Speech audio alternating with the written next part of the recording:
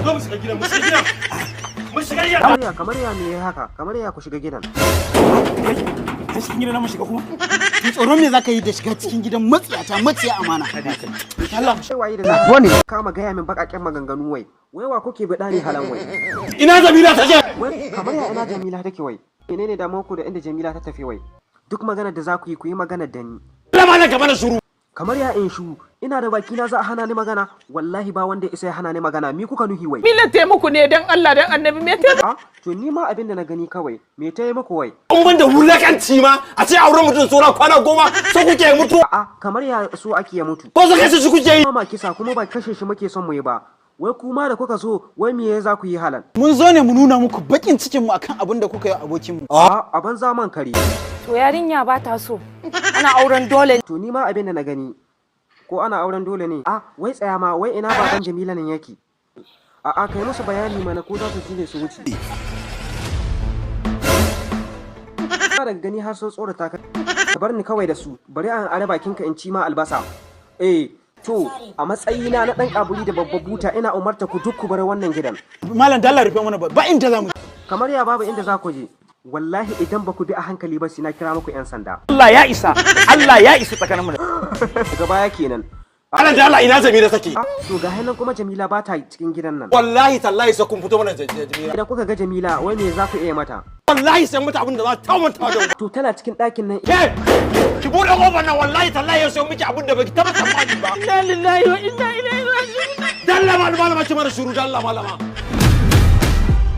mamar Jamila za ka yi matsawa amma dai baka da hankali ka sha kwaya ne ku wallahi duk idan ba ku yi gaggawa barin wannan cikin gidan ba sai na kira muku yan sanda Allah dalla ka kalle babu ruwanka ba kai ka samu ba dalla ko ba ni na sa ku ba wai ku ba ku tsoron ma duniya ta bi da ku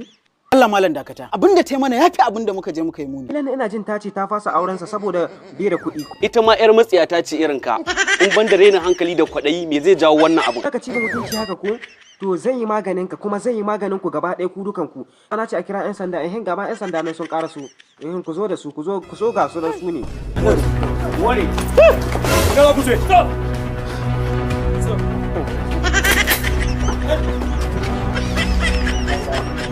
ina za ku je ana tambaye ku ina za ku je kuma ga hinan kun bi kun zare idanu inna lillahi wa inna ilaihi raji'un